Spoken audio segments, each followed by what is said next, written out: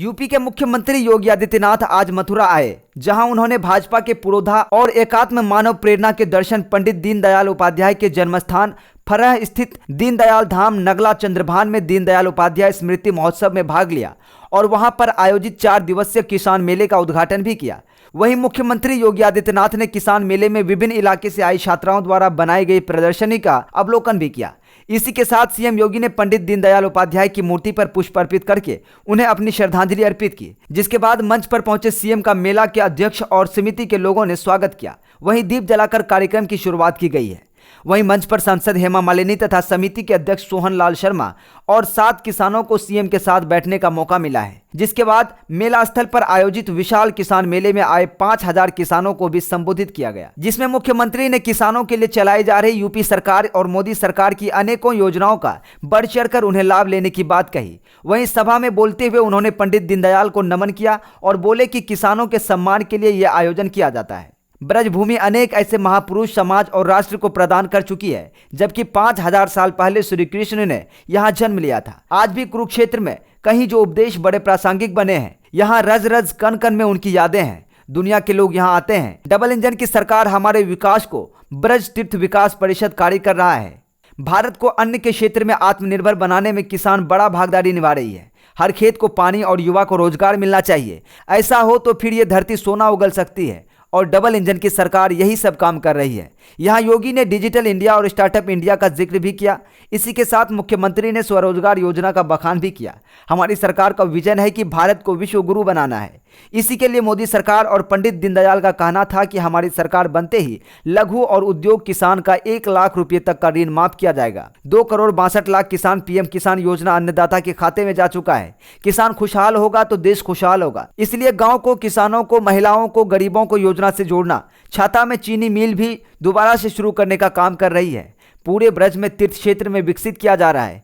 किसान के लिए कई ऐसी योजना है और उनकी आय बढ़ाने के लिए उनका विकास किया गया। हम गौ को मां कहते हैं, दूसरी तरफ उन्हें सड़कों पर छोड़ देते हैं, ये गलत है। इसलिए अनुसंधान केंद्र खोलकर उनके संरक्षण को कर सकते हैं। यहाँ के युवाओं को आर्मी और पुलिस में भर्ती करने के लिए गांव में खेल मैदान हो। गांव को आत्मनिर्भर बनाने का प्लान है। यहाँ ओपन जिम, स्टेडियम और अन्य जरूरी है। खेलो इंडिया जैसे अन्य योजनाओं को लेकर एशियन गेम में 107 मेडल जीते हैं। यहाँ एक मिनी स्टेडियम सरकार बनाने वाली है। भारत दुनिया में रेडीमेड का सबसे बड़ा अड्डा बनने वाला है। इसी को लेकर नारी बंधन योजना आरक्षण को लेकर कहा कि ये प्रभावी रूप से लागू होना चाहिए। वहीं विपक्ष पर बोले कि यहाँ जब आज चुनाव होते हैं तभी जनता याद आती है, जबकि मोदी सरकार लगातार योजना चला रही है। भारत ने केवल 70 मेडल जीते थे और इस बार प्रधानमंत्री मोदी जी ने जो प्रोत्साहन दिया खेलो इंडिया खेलों के माध्यम से, फिट इंडिया मूवमेंट के माध्यम से, सांसद खेलकूद प्रतियोगिता के माध्यम से, आज उसका परिणाम हम सबके सामने है। परिणाम इस रूप में है, इस बार के एशियन गेम्स में भारत ने 107 मेडल जीते हैं और कल प्रधानमंत्री जी ने उन सभी खिलाड़ियों के साथ संवाद भी किया और इसमें भी प्रसन्नता इस बात की कि भारत की कुल आबादी का 16% आबादी उत्तर प्रदेश में निवास करती है, लेकिन मेडल जीते उत्तर प्रदेश के खिलाड़ियों ने 25%। एक प्रस्ताव यह भी आया कि यहाँ के युवाओं को आर्मी में, पुलिस में भर्ती करने के लिए एक नए प्रयास किए जाने चाहिए। हमारी सरकार ने कुछ तय किए हैं। हर गांव में खेल का मैदान हो, ग्राम प्रधान निधि के पैसे का उपयोग, प्राथमिकताएं तय की गई। गांव को आत्मनिर्भर बनाने की दिशा में प्रयास होने चाहिए। इसके लिए हमारा प्रयास होना चाहिए गांव में खेल का मैदान हो, ओपन जिम का निर्माण हो, ब्लॉक स्तर पर एक मिनी स्टेडियम का निर्माण हो, हर जनपद में एक स्टेडियम का निर्माण हो। किसी आपदा की चपेट में आ जाए तो उस किसान को उसका कंपनसेशन मिलना चाहिए। इसकी व्यवस्था सुनिश्चित की गई। प्रधानमंत्री कृषि सिंचाई योजना अकेले उत्तर प्रदेश ने पिछले 6 वर्ष में लगभग 22 लाख हेक्टेयर भूमि को अतिरिक्त सिंचाई की सुविधा उपलब्ध करवाई है। एक बड़ी संख्या है। और याद करिए, उत्तर प्रदेश में सरकार आते ही सबसे पहला कार्य सरकार ने किया था, डबल इंजन की सरकार ने सबसे पहला कार्य किया था लघु और सीमांत किसानों का 1 लाख रुपए तक का ऋण माफी के कार्यक्रम को आगे बढ़ाना। ये उसी श्रृंखला का हिस्सा था कि हमारा अन्नदाता किसान आत्महत्या न करे। उनके लिए अनेक कार्यक्रम चलाए गए। एमएसपी लागत का 1.5 गुना दाम मिले, आजादी के बाद पहली बार ये प्रभावी ढंग से लागू हो पाया। वैक्सीन भी फ्री में 220 करोड़ वैक्सीन की डोजेज भारत के नागरिकों को फ्री में मिली। और दुनिया के अंदर भारत ने अपने सामर्थ्य का परिचय दिया। दुनिया का सबसे प्रभावी वैक्सीन भी भारत ने बनाया है। नौकरियों में होने वाले भेदभाव को समाप्त करते हुए उन्हें विकास की मुख्य धारा के साथ जोड़ने का कार्य पूरी मजबूती के साथ हो रहा है। स्किल डेवलपमेंट मिशन के अंतर्गत भी स्थानीय आवश्यकताओं के अनुरूप रोजगार की उपलब्धता के अनुरूप पाठ्यक्रम संचालित किए जा रहे हैं और उसके माध्यम से आत्मनिर्भरता के इस लक्ष्य को प्राप्त करने के अनेक कार्यक्रम चल रहे हैं।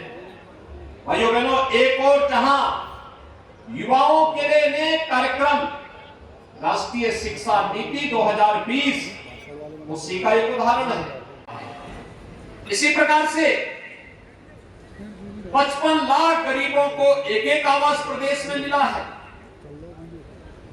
प्रदेश के अंदर 6 करोड़ लोगों को हम स्वास्थ्य बीमा का 5 लाख रुपए सालाना स्वास्थ्य बीमा का कवर भी दे रहे हैं। ऐसे अनेक कार्यक्रम हैं जो रचनात्मकता को आगे बढ़ाने का कार्य कर ही रहे हैं।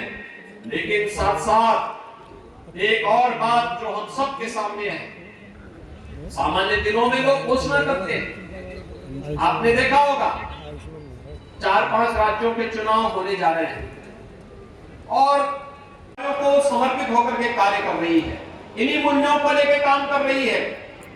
युवाओं के लिए प्रधानमंत्री मोदी जी ने एक और मिशन रोजगार के अंतर्गत कार्यक्रम चल रहे हैं।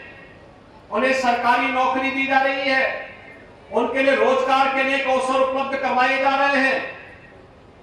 स्वतः रोजगार के साथ जोड़ने के कार्यक्रम चल रहे हैं। डिजिटल इंडिया का हो या startup India, stand up India हो या फिर स्वतः रोजगार के लिए प्रधानमंत्री मुद्रा योजना या फिर मुख्यमंत्री स्वरोजगार योजना, इन सभी योजनाओं के माध्यम से प्रदेश के लाखों लाख नौजवान आज स्वतः रोजगार के मार्ग पर अग्रसर होकर के प्रदेश को और देश को आत्मनिर्भरता की तरफ अग्रसर कर रहे हैं। लोगों के साथ जुड़ने का अवसर हमें प्राप्त हो रहा है, जिन्होंने अपनी मेहनत से, अपने परिश्रम से भारत को अन्न के क्षेत्र में आत्मनिर्भर बनाने और भारत को खाद्यान्न के रूप में न केवल अपने नागरिकों को दुनिया की लोकतांत्रिक रूप से जीने वाली इतनी बड़ी आबादी की आवश्यकता की पूर्ति के लिए, बल्कि भारत की धरती की संभावनाओं को अपनी मेहनत से खाद्यान्न आत्मनिर्भरता के साथ साथ अपने खाद्यान्न को हम दुनिया के देशों में भी निर्यात कर सके।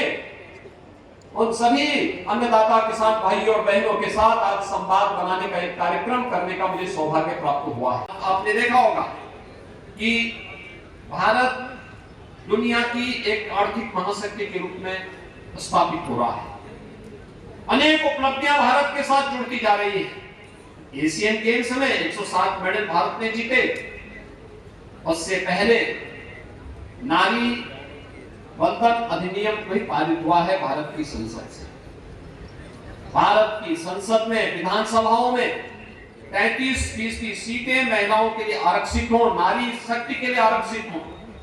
यह देश की संसद ने इस प्रकार का अधिनियम पारित किया है और यह प्रभावी ढंग से लागू हो सके, इसके लिए अनेक कार्यक्रम चल रहे हैं।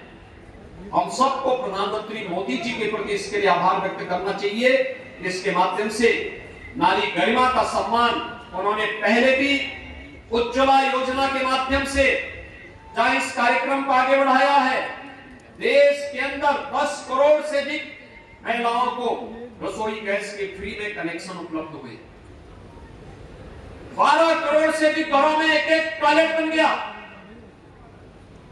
पीएम स्वामित्व योजना के माध्यम से घरौनी वितरण में लोगों को जिस जमीन पर मकान है उस जमीन का स्वामित्व भी मिल गया।